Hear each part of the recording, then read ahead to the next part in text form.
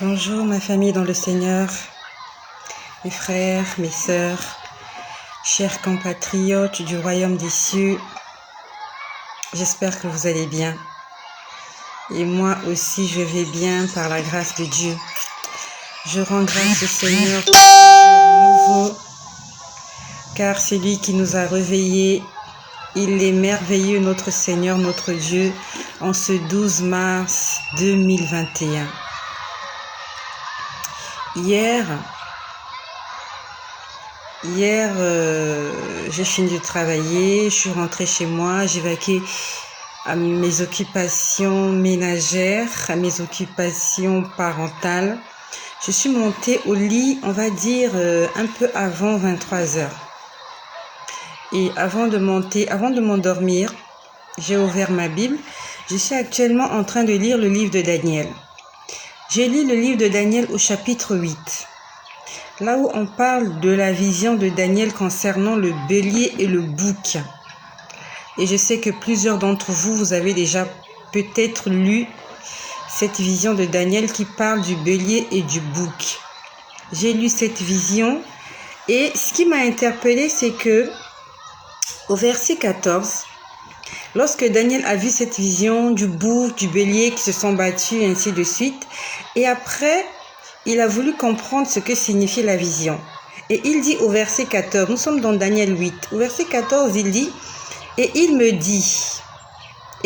dit que ces choses vont se passer pendant 2300 soirs, puis le sanctuaire sera purifié. En fait, c'est là où je me suis arrêtée. Donc, on va dire que j'ai lu une partie du chapitre, pas tout le chapitre, mais j'ai lu une partie du chapitre et j'ai essayé de comprendre ce que Daniel était en train de voir. Et je me suis arrêtée à là où on parlait de 2300 soirs et matins. Puis le sanctuaire sera purifié. Donc quand je me suis allongée, quand j'ai commencé à négocier mon sommeil, comme on le dit vulgairement, j'ai commencé à... En fait, j'essaie de calculer 2300 nuits peuvent faire combien de jours. Donc, j'étais en train de calculer. Je ne suis pas très forte en mathématiques. Bref, je savais que ça faisait 6 ans et... Bref. Et tout à l'heure, j'ai calculé, ça fait 6 ans et 300 et quelques jours. On va dire, on va dire presque 7 ans. Et j'ai reçu, en fait, c'est tout à l'heure où j'ai calculé, où je suis allée prendre une calculatrice pour calculer. Sauf que lorsque j'ai fini de lire Daniel 8, j'ai fermé ma Bible, je me suis allongée, j'ai rapidement pris mon téléphone, j'ai commencé à lire les sujets de prière de mes chers frères et sœurs qui sont abonnés. Et j'ai lu un sujet de prière et en fait, je voulais prier pour cette bien-aimée, c'est une bien-aimée. Je voulais prier pour cette bien-aimée afin de pouvoir venir lui donner la réponse que le Seigneur m'aurait donnée pour son problème. Et pendant que je priais pour cette bien-aimée, le Seigneur ne m'a pas répondu, mais il m'a montré autre chose. C'est pour ça que toi qui m'écoutes, tu m'as peut-être contacté, tu m'as peut-être donné un sujet de prière. Je ne suis peut-être pas encore revenue vers toi pour te donner la suite. Ce n'est pas de ma faute. Je me laisse guider par le Saint-Esprit. Je ne peux pas forcer le Saint-Esprit. Tout ce que je vois, tout ce que je dis, c'est ce qu'il me montre. De par moi-même, je ne sais pas comment voir les choses. Quand je demande, quand il m'a montré, je viens dire. Quand il ne m'a pas montré, je ne dis pas. Et ce qu'il m'a montré, je le dis. Je ne sais pas deviner les choses. Je ne sais pas parler à autre personne si ce n'est que le Saint-Esprit. Donc peut-être que tu es ici, ça fait longtemps que tu m'as contacté, qu'il y a un sujet de prière. C'est vrai, je dois revenir vers toi, mais toi aussi, il faut que tu pries pour ton problème. Je ne pourrai pas prier pour ton problème tous les jours parce que j'ai beaucoup de problèmes. Donc, je prie pour ton problème, mais toi aussi, prie pour ton problème. Nous allons ensemble mettre nos forces afin que le Seigneur puisse exaucer. Donc, nous allons mettre ensemble de la chaleur, que chacun de nous apporte sa pierre à l'édifice. Tu as posé un problème au Seigneur, tu as posé un problème à ta sœur comme sujet de prière. Ne te croise pas les bras, toi aussi continue à prier. C'est pas évident que je me rappelle de tous les sujets de prière que j'ai. Je prie au fur et à mesure, un à un ou une à une. Donc pendant que j'étais en train de prier intérieurement pour cette sœur, afin que le Seigneur me révèle ce qui se passait, le Seigneur s'est mis à me montrer autre chose. Et il me l'a montré toute la nuit. Quand je dis toute la nuit, c'est toute la nuit. Le Seigneur n'a fait que me parler d'autre chose toute la nuit. Et ça a commencé, j'ai vu, j'étais vraiment allongée, je ne dormais pas encore. J'étais juste allongée en train intérieurement d'intercéder pour cette sœur, premièrement pour le salut de son âme, et demander au Seigneur de me donner une réponse à sa doléance. Je vois, on va dire, je vois le monde. Je vois le monde, je vois, on va dire, des oiseaux qui survolent la terre. Des oiseaux. Vraiment, il y avait beaucoup d'oiseaux, des oiseaux noirs qui survolaient la terre.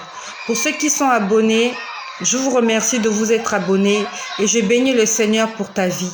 Pas seulement parce que tu t'es abonné, mais parce que tu veux être connecté à Jésus-Christ. Je veux que le Seigneur te fasse du bien. Et si tu entends un message qui a touché ton cœur, un message qui t'a édifié, ne le partage pas pour toi-même.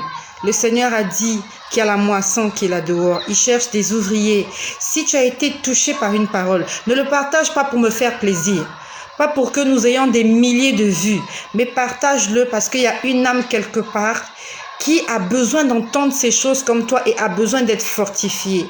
Nous allons partager les messages, pas pour faire de cette chaîne quelque chose d'extraordinaire ou bien pour que je sois vue dans les réseaux sociaux, mais pour que des âmes soient sauvées.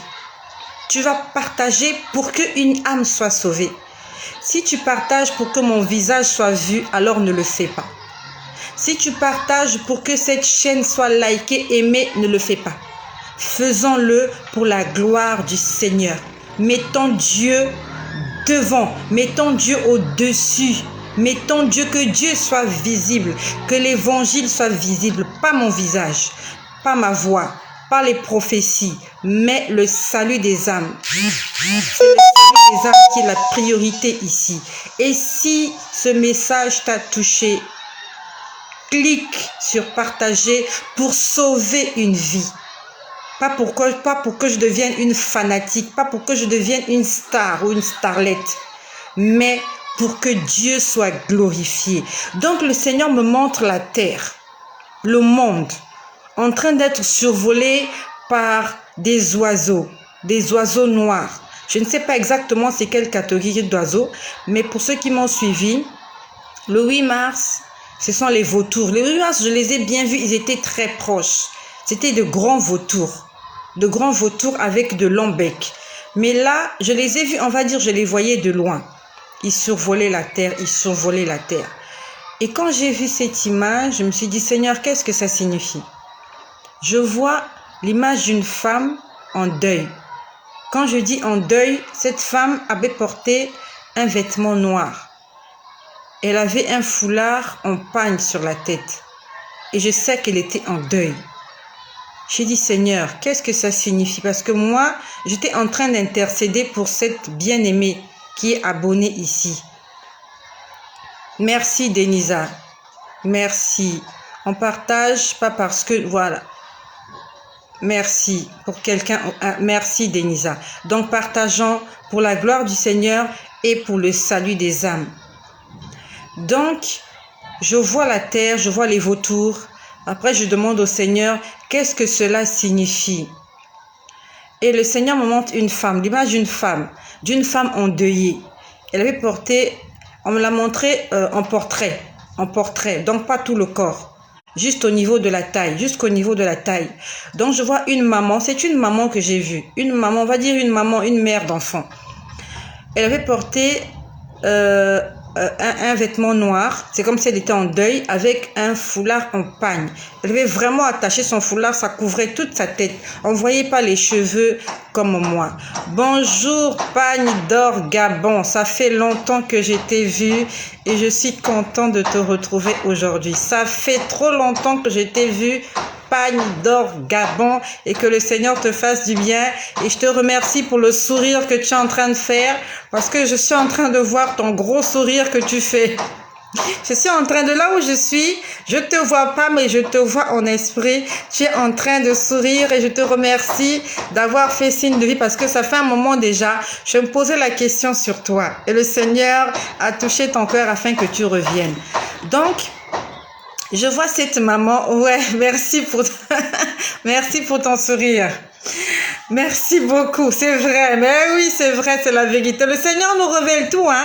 J'ai pas voulu t'en parler, mais je me posais vraiment des questions. Je me disais pourquoi elle ne réagit plus. Je priais pour toi, je dis Seigneur, touche son cœur pour qu'elle puisse revenir.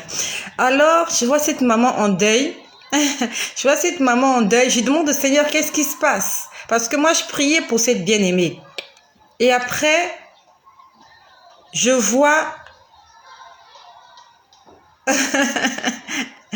Ok, je suis choquée, je suis émue. Ok. Après, je vois un énorme camion. Quand je dis camion, vous savez, je ne sais pas comment on appelle ce genre de camion, des trucks. En anglais, c'est truck. Bonjour ma soeur Fabiola. En avion, c'est truck.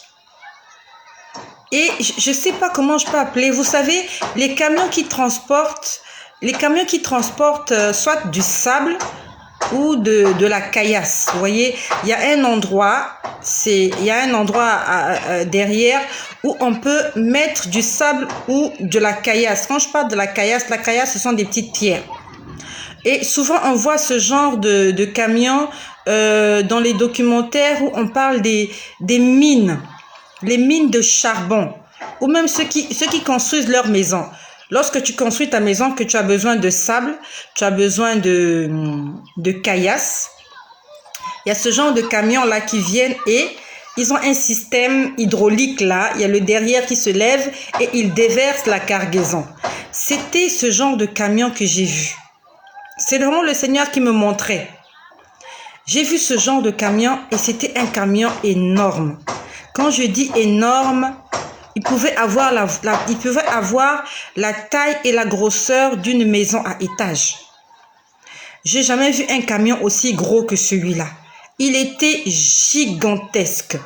Gigantesque comme une maison à étage de 2 niveaux.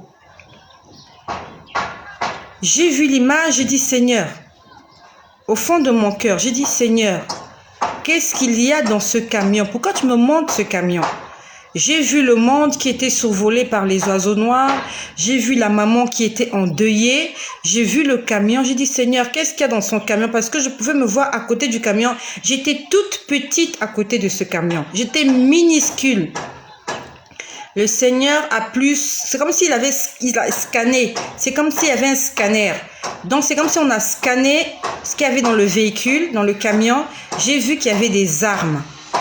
Quand je dis des armes, ce sont des armes de guerre. Donc, je ne sais pas si ce sont des armes physiques de guerre ou si ce sont des armes de guerre spirituelle. Mais moi, j'ai vu des armes. Quand je parle des armes, je parle des armes du genre des kalachnikovs, pour ceux qui connaissent, des mitrailleuses ou mitraillettes, bien, je ne sais pas comment on appelle ça, mitrailleuses, mitraillettes, bien. Ce sont des armes de guerre. J'ai dit, Seigneur, pourquoi tu me montres ça? En fait, j'étais en train d'essayer de comprendre pourquoi le Seigneur me montrait ça. Après, je vois des petits-enfants. Je vois des petits-enfants. Vraiment, quand je dis des petits-enfants, des mineurs. Des mineurs, ils étaient 3. Ils étaient habillés en tenue de soldats. On les avait habillés comme des soldats, comme des militaires. Et on leur a donné des armes. Et ils étaient là. Et on leur demandait de tuer des gens. On leur demandait à des petits-enfants. Ils étaient 3. Il y avait un qui pouvait avoir 12 ans. L'autre pouvait avoir 8 ans. L'autre pouvait avoir 6 ans. Ils étaient assis sur un banc. En tenue de militaire. Militaires soldats. Et ils avaient, chaque enfant, c'était des garçons. Chaque enfant avait une arme à la main. Et on leur avait donné ces armes qui venaient de ce gros camion pour tuer des gens. Et quand je parle de ces choses, je ne peux pas vous dire est-ce que ce sont des armes spirituelles ou des armes physiques. Mais prions pour nos enfants. Toi qui es maman, prie pour tes enfants. Pour les enfants du voisin. Prie pour les amis de tes enfants. Et même si tu n'as pas d'enfant, tu n'es pas maman. Prions. Faisons de ça un sujet de prière. Prions pour tous les enfants du monde entier. Les élèves qui vont à l'école ou même qui ne vont pas à l'école. Bonjour ma sœur Tatiana, je vais très bien par la grâce de Dieu et toi aussi j'espère que tu vas très bien. Prions pour les enfants. Le diable veut se servir des enfants. Le diable veut se servir de ces créatures innocentes. La Bible dit laissez venir à moi les petits enfants. Car le royaume des cieux appartient à ceux qui leur ressemblent. Et le diable veut utiliser les petits-enfants afin de se manifester sur la terre, afin de créer la désolation. Parce que j'ai vu les oiseaux en train de survoler la terre, des oiseaux noirs. Donc c'est comme si on appelait le deuil. Et ils veulent passer par la génération des jeunes, des petits-enfants. Le plus petit que j'ai vu pouvait avoir 5 ou 6 ans. Il avait une arme à la main et on leur demandait de tuer des gens. Parce que lorsque le Seigneur m'a montré l'image des enfants, après j'ai vu l'image des cadavres. Il y avait des cadavres. Le diable veut se servir des petits enfants, que ce soit dans le monde spirituel, donc de façon dans la sorcellerie. Pour ceux qui me suivent, une fois je vous ai dit comment le Seigneur m'a demandé de prier contre l'esprit de sorcellerie à l'école. Le diable veut initier des petits-enfants à la sorcellerie, à l'occultisme. Il veut initier des petits-enfants à comment manipuler les armes, comment tuer des gens. Peut-être que tu n'as pas d'enfant. Prie pour l'enfant de tes voisins. Prie pour les enfants qui sont dans ta famille. Peut-être que le diable se servira de cet enfant pour venir te tuer un jour chez toi. Peut-être que le diable se servira de cet enfant pour venir briser ta foi. Ce sont des futurs tueurs. Ce sont des futurs meurtriers. N'attendons pas qu'ils soient incarcérés à la maison d'arrêt. N'attendons pas qu'ils soient en prison, qu'ils soient jugés. N'attendons pas ces moments-là avant de commencer à prier pour ces enfants qui sont aujourd'hui des petits garçons, des petites filles, mais qui demain seront des femmes. Prions pour les enfants maintenant qui sont jeunes. Consacre tes enfants au Seigneur. Consacre les enfants de ta famille au Seigneur. Sacrifie-les. Pas pour qu'ils soient sacrifiés pour la gloire de Satan, mais sacrifie tes enfants pour la gloire de Dieu. Déclare que mes enfants, et dis Seigneur, j'ai sacrifié mes enfants pour ta gloire. Il y a des occultistes qui sacrifient leurs enfants pour avoir de l'argent, pour avoir du pouvoir. Mais toi et moi, maman, même si tu n'es pas maman, sacrifie tes petits frères, tes petites sœurs, sacrifie-les au Seigneur. Sacrifie-les au Seigneur. J'ai vu ça cette nuit, des petits enfants, on leur a donné des armes. Ces armes venaient d'un gigantesque camion pour qu'ils puissent tuer les gens. J'ai vu des cadavres. N'attendons pas que ces choses arrivent pour commencer à jeûner et prier. On va commencer à le faire dès maintenant. Aujourd'hui, 12 mars, tu vas en faire un sujet de prière. Peut-être que tu n'es pas mère, mais quand tu auras des enfants, le diable va prendre tes enfants et se servir de tes enfants pour tuer des gens. Tu portes aujourd'hui peut-être une grossesse. Commence à déclarer que ton enfant, que le fœtus qui est en toi est sacrifié déjà, est sacrifié à Jésus-Christ quand il va naître. Il va marcher sur les voies du Seigneur. Tu ne portes pas un futur meurtrier. Tu ne portes pas dans ton sein un brigand. Tu ne portes pas dans ton sein une future prostituée. Mais tu portes une âme qui sera au service du Dieu Tout-Puissant. Tu le déclares pour tes enfants, pour ton futur bébé, pour l'enfant de la voisine, pour l'enfant du voisin. Si tu vois une femme enceinte, fais des déclarations sur cette femme. Tu dis au nom de Jésus. J'ordonne à l'enfant qui est dans le ventre de cette femme-là. Il doit être un serviteur, il doit être une servante de Dieu. Il ne va pas naître pour venir s'aimer la désolation sur cette terre. Cet enfant ne sera pas un meurtrier, ça ne sera pas un brigand, ça ne sera pas un voyou. Cet enfant ne sera pas un gay, cet enfant ne sera pas un homosexuel, cet enfant ne sera pas une prostituée. Déclarons-le depuis que les enfants sont tout petits. Déclare-le. Peut-être que tu es stérile, tu ne mets pas au monde. Déclare-le pour les enfants des autres. Parce que si tu ne le déclares pas, il y a l'enfant de quelqu'un qui un jour va venir casser ta porte avec une arme, va te violer, va te voler et va te tuer. C'est pas ton enfant, mais ça sera l'enfant qu'une autre femme aura conçu. Mais le diable va utiliser cet enfant pour venir t'arracher la vie. Donc, mettons tous les enfants du monde entier en prière. Les Africains, les Européens, les Asiatiques, les Américains, les Arabes, toutes les générations, tous les enfants du monde entier, recommandons-les entre les mains du Seigneur. Puis après, j'ai vu une image. J'ai vu qu'on était en train de lever les verres. Quand je dis lever les verres, c'est lors des manifestations, vous voyez des gens qui viennent, levant le verre à l'honneur d'un tel ou d'un tel. Donc, ils étaient en train de lever les verres. Dans le terme francophone, on appelle ça, ils étaient en train de faire le chin-chin. Je ne sais pas, toi, si tu es anglophone ou quoi, mais en termes francophones, on va dire, ils étaient en train de faire un chin-chin. Ça s'appelle chin-chin. Quand on se tape les verres comme ça, un chin-chin à la santé, voilà. Donc, ils étaient en train de lever les verres à l'honneur de quelque chose.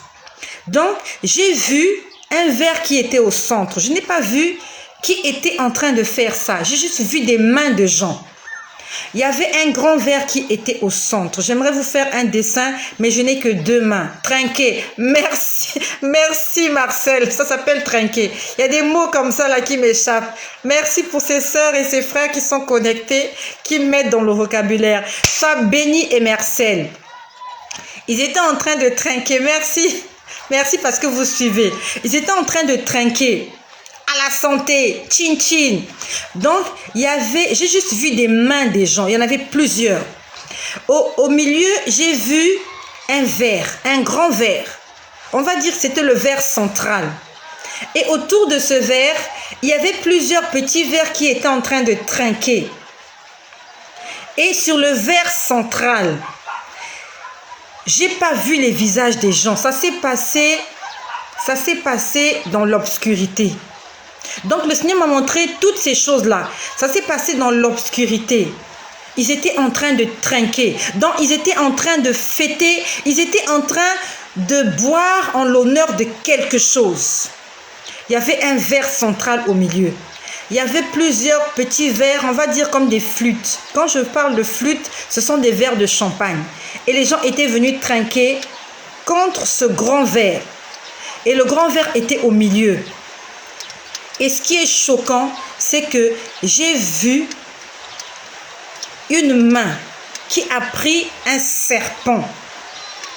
Il y avait un serpent dans la main de quelqu'un. Je ne sais pas qui était cette personne. Et la personne a approché la gueule du serpent au niveau du bord du verre. Et il était en train, vous voyez, pour ceux qui, j'ai vu ça à la télé, pour ceux qui retirent, en fait, ils extraient les venins du serpent. Donc, on était en train d'extraire le venin du serpent. Donc, on avait appuyé la tête du serpent de telle sorte qu'il a ouvert sa gueule et le serpent a des crochets. Donc, on a pris les deux crochets. Je n'ai pas de verre avec moi. J'aurais dû vous faire un schéma. Je ne sais pas si vous comprenez. Donc, il y a le verre. On a pris le serpent, on l'a appuyé au niveau de la tête. Ces deux crochets sont sortis. Les crochets où il y a le venin. Et on était en train d'exciter le serpent à cracher le venin dans ce verre-là. Donc, le venin du serpent a été injecté dans un verre. et ce verre va être bu. Le contenu de ce verre va être bu, donc va être consommé. Et les gens étaient en train de trinquer en l'honneur de ce vin, de cette boisson qui a été envenimée. Il y a un venin à l'intérieur. Ça veut dire que il y a des gens qui vont mourir. Je n'aime pas venir dire que les gens vont mourir. Je n'aime pas venir ici annoncer la mort des gens. Je viens juste vous dire ce que le Seigneur me montre. Il y a un venin qui a été injecté dans une boisson. C'était un grand verre. Je ne sais pas quel genre de boisson il y avait à l'intérieur. Mais il y a des gens qui vont boire cette boisson. Et il y a d'autres personnes qui étaient en train de trinquer. Ça veut dire qui étaient d'accord que le venin soit jeté dans le verre et que les gens puissent boire. Il y a des gens qui vont faire la fête. Il y a des gens qui sont en train de faire la fête. Parce qu'il y aura des cadavres. Parce qu'il y aura des morts. Parce qu'il y aura des armes de destruction massive. Parce qu'il y aura de la désolation. Parce qu'il y a des mamans qui seront en deuil. Parce qu'elles auront perdu un mari. Parce qu'elles auront perdu un enfant. Parce que il y a un enfant qu'on leur aura pris, qu'on va aller livrer à la guerre pour se battre, pour tuer d'autres personnes. C'est ce que j'ai vu cette nuit. Prions pour les enfants, prions pour les élèves, à la crèche, à la maternelle, à l'école primaire, au collège, au lycée, à l'université. Prions pour les bébés à la maternité. La dernière fois, je vous ai dit, le Seigneur m'a dit que la situation du monde ne va pas s'arranger. On a trouvé le vaccin de Covid, oui. Mais on a appris aussi que il s'est muté. Il a muté. On trouve un vaccin, ça tue, d'autres sont guéris. On dit que le vaccin a muté, qu'il a changé de forme, qu'il a changé de couleur. C'est pas un virus. C'est un esprit intelligent. C'est un esprit qui réfléchit. C'est un esprit qui sait vous glisser entre les doigts. Et ce combat n'est pas charnel. Ce combat, il est spirituel. Il n'y a pas que le Covid qui va tuer. Il n'y a pas que le Covid qui tue. La sorcellerie tue. Les armes tuent. La guerre tue. Les insultes tuent, la colère tue. Le diable a mis toutes les armes possibles afin qu'il y ait beaucoup de morts, afin qu'il y ait la désolation dans les familles, afin qu'il y ait la tristesse, afin qu'il y ait l'horreur. Le diable veut faire de ce monde une horreur. Il veut qu'il y ait des tas de cadavres. Il veut qu'il y ait des tas de morts. Il veut qu'une multitude, aussi possible soit-elle, puisse mourir. Il veut des morts en milliers, en milliards. Et nous devons nous lever dans la prière afin de faire obstacle à ce plan du diable. C'est pour ça que le diable me persécute, parce que je dis la vérité, je dis des choses que Dieu nous révèle. C'est pas le moment de chercher les choses de ce monde, les richesses. Tu vas construire ta maison. S'il y a la guerre dans ton pays, ta maison sera détruite. Tes biens seront pillés. Tu ne pourras pas jouir de cette chose à laquelle tu t'es attaché. Tu vas peut-être mourir. Tu as construit la maison, mais tu vas mourir parce qu'il y a eu la guerre là où tu te trouves. Commençons à prier pour la paix. Commençons à prier que le Saint-Esprit descende sur nous et puisse nous revêtir de sa présence. Il y a un venin. Je ne sais pas quel type de venin. L'année dernière, c'était Covid-19. J'ai vu un venin qui a encore été injecté dans quelque chose que des gens vont consommer. Et il y a des gens, des hommes, des femmes qui étaient en train de trinquer, qui étaient en train de célébrer, qui étaient contents. de ce qu'un venin va être propagé. Les gens vont mourir. Des mamans vont pleurer. Des cœurs vont être brisés. Puis j'ai vu un loup. Il y avait un loup en colère. Il était en colère, il était en train de grogner. Quand je dis grogner, c'est... C'était un loup. Le loup était dans le noir, dans l'obscurité. Il était en train de grogner. Il grognait, il était en colère. Comme les loups-garous, en colère, il grognait. Et après, il a fait un geste. Je ne sais pas comment vous faire un geste, mais un geste comme un geste de ruse. Vous voyez, quand quelqu'un veut vous faire du mal, mais il vous sourit. C'était comme ça. Il était en train de grogner, mais en fait, il grognait tout en souriant pour dire « Je vais vous avoir ». Il n'a pas parlé, mais son regard signifiait « Je vais t'avoir, je vais vous avoir, je vais vous avoir ». Excusez la grimace, j'essaye de vous faire comprendre, j'essaye de vous transmettre ce que j'ai vu. Au départ, il grognait, mais après son grognement a été accompagné d'un geste de moquerie, d'un geste de ruse pour dire « Je suis en colère, mais je vais tout faire pour vous avoir ». Le diable n'est pas notre ami. Quels que soient les plaisirs qu'il peut nous proposer, quelle que soit la joie que nous procure, tout ce que le diable nous présente, le diable est l'ennemi juré de Dieu. Dieu, c'est l'amour. Dieu, c'est la paix. Dieu, c'est la joie. Le diable est le contraire de ce que Dieu veut dans ta vie. Lèvons-nous, maman, jeune fille. Prions pour les enfants, prions pour nos nations, prions pour notre continent, prions pour ce monde. Parce que la situation du monde ne va pas s'améliorer. Elle ne va pas du tout s'améliorer. Et le Seigneur m'a montré cette vision alors que je venais de lire Daniel, chapitre 8, verset 14. Et il m'a parlé comme ça toute la nuit. Et je suis venue vous dire ce dont je me rappelle. Parce que le Seigneur m'a beaucoup parlé. J'ai vu beaucoup de choses, d'autres j'ai oublié. Parce que ça s'est vraiment passé, j'étais fatiguée.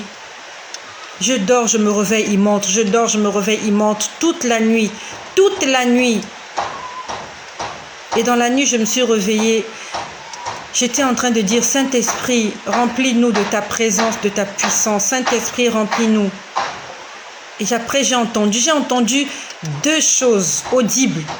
La première des choses que j'ai entendues, c'est obéissance.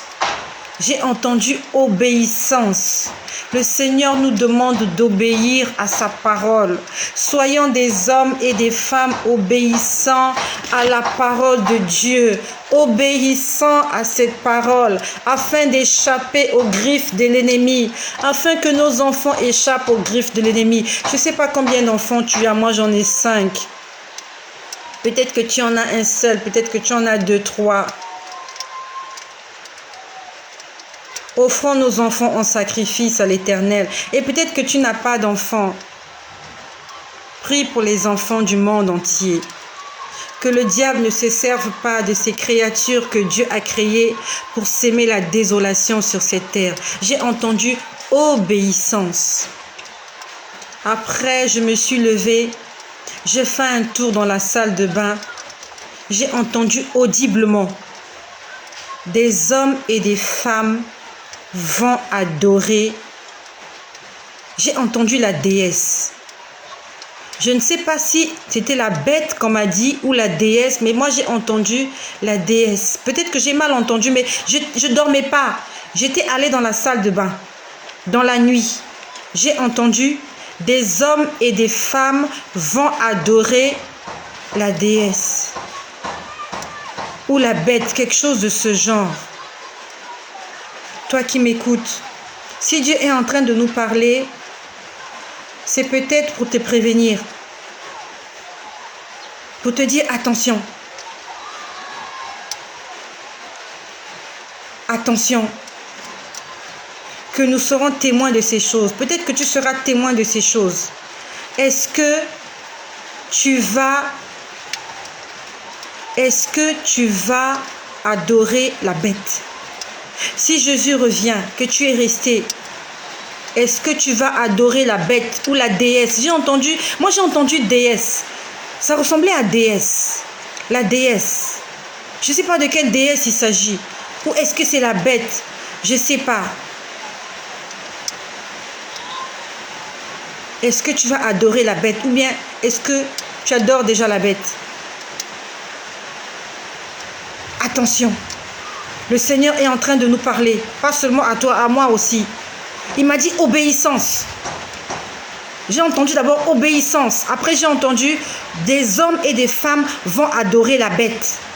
Ça veut dire que si tu n'obéis pas, tu vas rater l'enlèvement. Si tu n'obéis pas, les autres vont être enlevés, ils vont partir. Tu vas rester. Est-ce que tu pourras supporter la tribulation?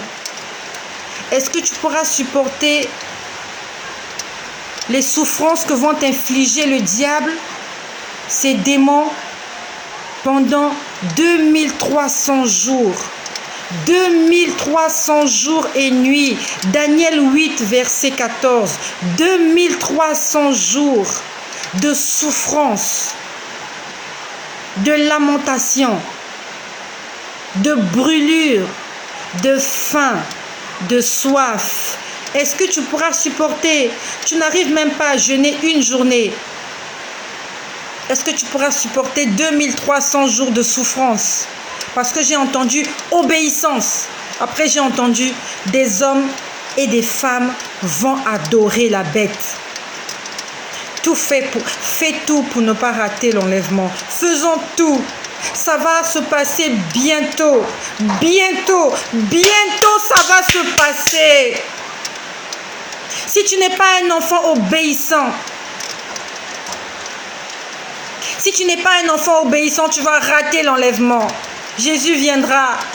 Tu vas rester. Pas seulement toi, peut-être moi aussi je peux rester si je ne suis pas obéissant. Est-ce que nous allons adorer la bête ou alors nous allons supporter la souffrance? Est-ce que nous allons supporter la tribulation? 2300 jours de souffrance, de tribulation, de torture. 2300. 2300. C'est ce que le Seigneur m'a montré cette nuit. J'ai vu tellement d'atrocités. Mais ce que je vous ai dit, c'est ce que j'ai retenu. Et les deux paroles que j'ai entendu l'obéissance. Après, j'ai entendu des hommes et des femmes vont adorer la bête. Fais de ça un sujet de prière et un sujet de méditation. Est-ce que tu es prêt pour le retour du Seigneur? Est-ce que tu es prêt pour le retour du Seigneur? Commence à mettre ta vie en ordre. Commence à vivre dans l'obéissance. Sinon, tu vas traverser la tribulation. Est-ce que tu pourras supporter la tribulation? Est-ce que tu pourras supporter la torture que le diable va t'infliger pendant 2300 jours? Commence à réfléchir à cela. Dès maintenant. Et sois béni au nom puissant et glorieux de notre Seigneur Jésus-Christ.